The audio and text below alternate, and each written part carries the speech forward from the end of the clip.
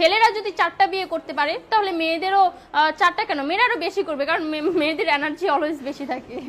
ছেলেরা যদি 4টা বিয়ে করতে পারে তাহলে মেয়েরা পারবে না কেন? অবশ্যই পারবে, কারণ নারী পুরুষ সমান অধিকার। আর যদি একটা কথাই চিন্তা করি তাহলে মেয়েদের চেন কোনো কাজে লাগে না, চেন খুলে মোতার অধিকার তো তাদেরও আছে। মালে আসেন, একটা চাবি দিয়া যদি 4টা তালা খোলা যায় ওটাকে বলা হয় মাস্টার কি, আর একটা তালা যদি 4টা চাবিতেই খুলে সেটাকে বলা হয় কি।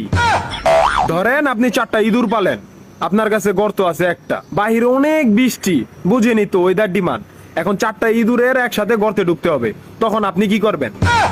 ধরলাম উপরে নিচে মিলাই আরো 2টা আছে, হ্যাঁ, তাহলে 4 নাম্বার ইঁদুরটা কই যাবো? কানের ফুটা দা না নাকের ফুটা দিয়া? হ্যাঁ, তার মধ্যে মাসের মধ্যে 7 দিন থাকে লকডাউন।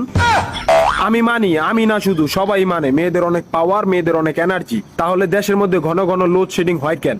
আমার মাথায় কোনোভাবেই ঢোকে না। একটা ছেলে যদি 4টা বিয়ে করে, 4টা ঘরে যদি 10টা সন্তান থাকে, তারপরও বাপের নামে একটাই থাকবো। এখন আপনি যদি 4টা বিয়ে করেন, একটা সন্তান হয়, তাহলে বাপের নাম কি দিবেন? সলিমুদ্দিন, কলিমুদ্দিন, আনোয়ার, মনোয়ার, নাকি গড়ে মিলাইয়া জানোয়ার? আপনি কি নারী না ঢাকা শহরের লোকাল গাড়ি? 30টা সিট ফুল, 20 জন দাঁড়ানো, তারপরও বলে পিছনে সিট খালি, ওঠেন তাড়াতাড়ি, পিছনে সিট খালি, ওঠেন তাড়াতাড়ি। শুধু এই সমস্ত মেয়েদের কারণে পুরা নারী জাতির সম্মানহানি হয়। আমাদের উচিত সিটি কর্পোরেশনের কুত্তা মারার ইনজেকশন দিয়া এদেরকে মেরে ফেলা, যাতে এদের জন্য অন্য কোনো মেয়েদের কেউ খারাপ নজরে না দেখে।